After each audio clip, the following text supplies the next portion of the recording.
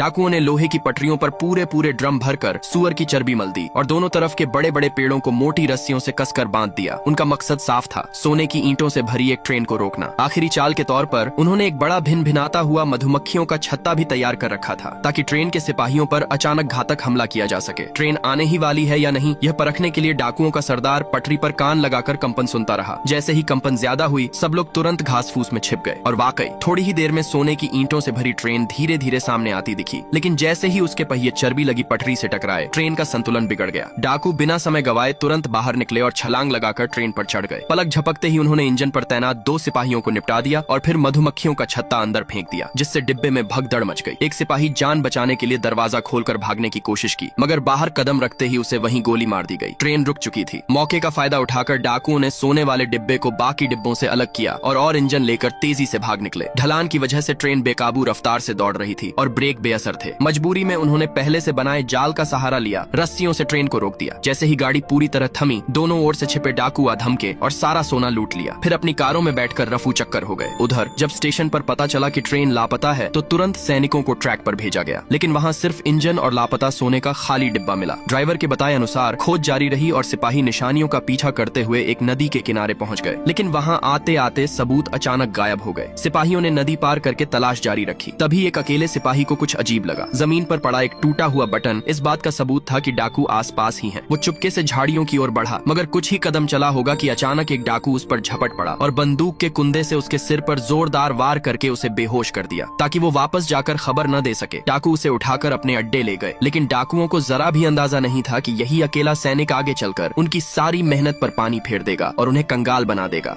Sam ने cigarette का टुकड़ा फेंका और हैरानी की बात यह थी कि घास उसके पास भी नहीं गई। फिर उसको एहसास हुआ कि जमीन असल में मिट्टी की बनी है। जब वो छत पर चढ़ा तो और भी चौंक गया। हर घर एकदम एक जैसा था। ऐसा लग रहा था जैसे पूरे मोहल्ले को कॉपी पेस्ट कर दिया गया हो। यहाँ तक कि आसमान के बादल भी नकली लग रहे थे। सैम को तो बस अपनी गर्लफ्रेंड के लिए घर खरीदना था, लेकिन ये सब देखकर दिल में डर समा गया। सैम ने जल्दी से उसे पकड़ा और वो दोनों निकल पड़े। वो गाड़ी से बहुत देर तक चलते रहे, लेकिन बार बार उसी मॉडल वाले घर के पास लौट आते। जैसे ही रात ढली और गाड़ी का तेल कम होने लगा, वो फिर से नंबर 9 वाले घर के सामने पहुंच गए। कोई रास्ता न देकर उनको वापस अंदर जाना पड़ा। अंदर जाकर हैरानी हुई कि फ्रिज में शैंपेन और फल रखे थे, लेकिन स्ट्रॉबेरी वैक्स जैसी लगी, बिल्कुल बेस्वाद। उनको परवाह नहीं थी, जो मिला खा लिया और रात गुजार दी। अगले दिन उन्होंने पैदल निकलने का सोचा। बिना मुड़े सीधा सूरज की तरफ चलते रहे, लेकिन सूरज ढल गया और वो अब भी उसी इलाके से बाहर नहीं निकल पाए। ठीक उसी वक्त उसकी गर्लफ्रेंड ने देखा कि एक घर के अंदर रोशनी जल रही है। वो दौड़कर अंदर गई, सोचकर कि शायद कोई और भी यहाँ है, लेकिन अंदर टेबल पर वही खाना रखा था जो उन्होंने पिछली रात खाया था। वो फिर से वहीं आ गए थे। फर्क बस इतना था कि इस बार गेट पर एक डिब्बा रखा था जिसमें सामान और खाना था। सैम को लगने लगा कि कोई उनको खेल की तरह इस्तेमाल कर रहा है। इस खेल को खत्म करने के लिए सैम ने कदम उठाया। सैम ने नंबर 9 वाले घर को आग लगा दी। सोचा इससे जो भी पीछे है सामने आएगा, लेकिन घर राख हो जाने के बाद भी कोई नजर नहीं आया। थकर वो दोनों सो गए। जब उठे तो सामने रखा डिब्बा बदल चुका था। इस बार उसमें खाने की जगह एक बच्चा था। डिब्बे पर लिखा था, इसे पालो और आजाद हो जाओ। सबसे अजीब बात यह थी कि नंबर 9 वाला घर जिसे उन्होंने जलाया था अब पूरी तरह से सही सलामत खड़ा था, जैसे कुछ हुआ ही न हो। अब उनके पास और कोई रास्ता नहीं था। उनको इस सच्चाई को मानना पड़ा और उम्मीद उस लिखे संदेश पर रखनी पड़ी। खुशकिस्मती से बच्चा बहुत तेजी से बड़ा होने लगा। सिर्फ 98 दिन में वो किशोर जैसा लगने लगा। देखने में तो बिल्कुल सामान्य बच्चा था, लेकिन उसमें एक अजीब ताकत थी। वो उनकी हर बात लगभग हूबहू दोहरा सकता था। सैम ने हार नहीं मानी। नियम था कि कचरा डिब्बे में डालो और कोई आकर उसे ले जाएगा। वो डिब्बे को घूरते हुए बैठा रहा, किसी के आने का इंतजार करता, लेकिन वो हमेशा तब गायब हो जाता जब वो देख नहीं रहा होता। आखिर सैम ने सोचा, चूंकि ये दुनिया नकली है तो इसका जवाब जमीन के नीचे ही होगा। सैम ने खुदाई शुरू कर दी। दिन रात गड्ढा खोदता रहा, उम्मीद से पागलपन तक। कई बार सैम को नीचे से आवाजें आती, वही आवाजें जैसी बच्चा टीवी देखते वक्त निकालता था। आखिरकार सैम ने एक हताशा भरा फैसला लिया। सैम ने गर्लफ्रेंड को बच्चे को खाना देने से रोक दिया और उसे बाहर गाड़ी में बंद कर दिया। सैम को यकीन था कि पीछे वाले लोग उसे मरने नहीं देंगे, लेकिन उसकी गर्लफ्रेंड का दिल पिघल गया। इतने दिन उसके साथ रहने से वो बच्चे से लगाव करने लगी थी। इसके बाद उनके बीच सब बदल गया। सैम ने उसकी और बच्चे की परवाह छोड़ दी और सिर्फ खोता रहा। जब थक जाता गड्ढे में ही सो जाता, फिर उठकर खोदने लगता। उधर उसकी गर्लफ्रेंड ने अपना रास्ता चुना। वो बच्चे का सच जानना चाहती थी। एक दिन बच्चा कहीं से एक किताब लाया जिसमें अजीब निशान बने थे, लेकिन तस्वीरें साफ थीं। वो किताब इंसानों का अध्ययन करने के बारे में थी।